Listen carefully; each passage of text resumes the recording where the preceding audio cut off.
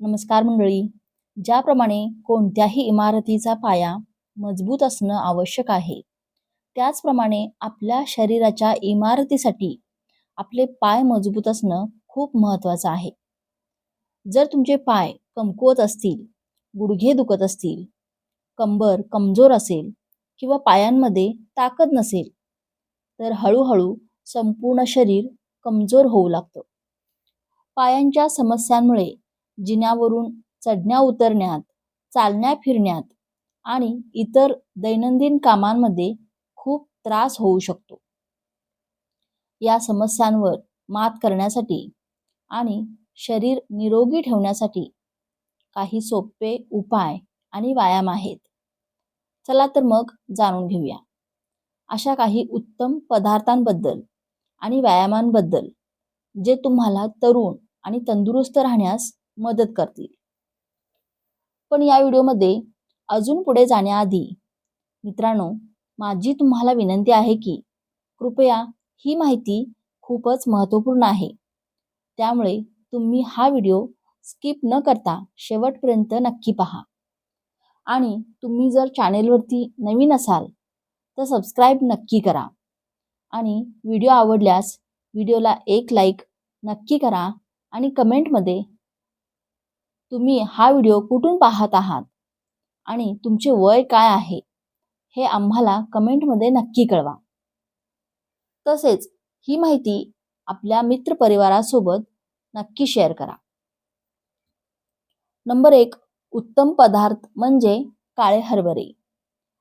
काळ्या हरभऱ्यांमध्ये भरपूर प्रमाणात प्रोटीन असतं, जे वाढत्या वयानुसार कमकुवत होणाऱ्या स्नायूंना ताकद देतं.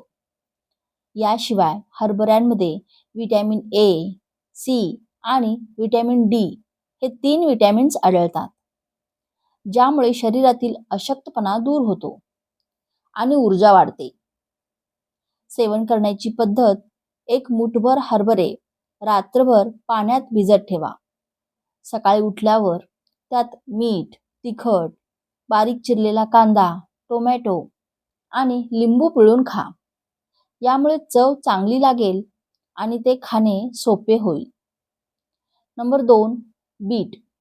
आयुर्वेदात बीटला रक्तवर्धक मानलं जातं, म्हणजे रक्त वाढवणारे. बीटच्या सेवनामुळे शरीरातील रक्ताची कमतरता आणि रक्ताभिसरणाची समस्या दूर होते. यामुळे नसा मजबूत होतात, सांधेदुखी कमी होते आणि शरीरात ऊर्जा येते. याची सेवन करण्याची पद्धत: बीटचा रस काढून तुम्ही पिऊ शकता, पण शक्यतो घरीच ताजा रस काढून प्या.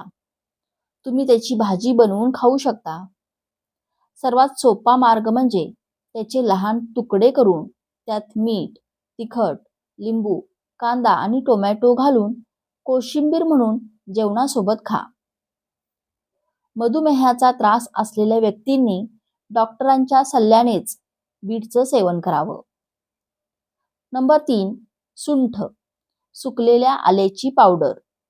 सुंठ पावडर सांधेदुखी, गुडघेदुखी आणि सांध्यावरील सूज कमी करण्यासाठी खूप फायदेशीर आहे. सुंठ दाहक विरोधी अँटी इन्फ्लॅमेटरी असल्यामुळे सांध्यांच्या वेदनांमध्ये आराम मिळतो.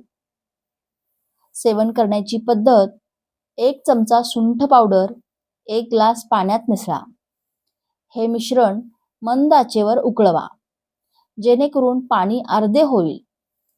हे मिश्रण दिवसातून एकदा प्या. नियमितपणे सेवन केल्यास सांधेदुखी आणि सूज कमी होण्यास मदत होईल. नंबर 4, भोपळ्याच्या बिया. आपल्या शरीरासाठी कॅल्शियम आणि मॅग्नेशियम खूप आवश्यक आहे. भोपळ्याच्या बियांमध्ये हे दोन्ही घटक भरपूर प्रमाणात आढळतात. या बियांच्या सेवनामुळे हाडे मजबूत होतात आणि सांधे घासण्याची समस्या कमी होते. याची सेवन करण्याची पद्धत: दिवसातून कधीही 1 चमचा भोपळ्याच्या बिया पाण्यासोबत खा. नंबर 5, तूप. वय वाढल्यानंतर काही लोकांना तूप पचत नाही किंवा दूध पचत नाही अशा लोकांसाठी तूप, दूध किंवा ताक हा एक उत्तम पर्याय आहे. दह्यामध्ये भरपूर कॅल्शियम असतं, ज्यामुळे हाडे मजबूत होतात, रक्ताभिसरण सुधारतं आणि शरीराला ऊर्जा मिळते. सेवन करण्याची पद्धत: दिवसा कोणत्याही वेळी साधे दूध, तूप, साखर किंवा मीठ घालून तूप खाऊ शकता. जर दही सेवन होत नसेल तर ताक पिऊ शकता. सुरुवातीला थोडं ताक प्या आणि हळूहळू प्रमाण वाढवा. साधे व्यायाम: तुम्ही कितीही चांगला आहार घेतला तरी शरीराला सक्रिय ठेवणे आवश्यक आहे. निष्क्रिय राहिल्यास शरीर अधिक कमजोर होतं. म्हणून 60 ते 80 या वयोगटात शरीर सक्रिय ठेवण्याचा सर्वात सोपा मार्ग म्हणजे चालणे. शक्य असेल तितकं चाला.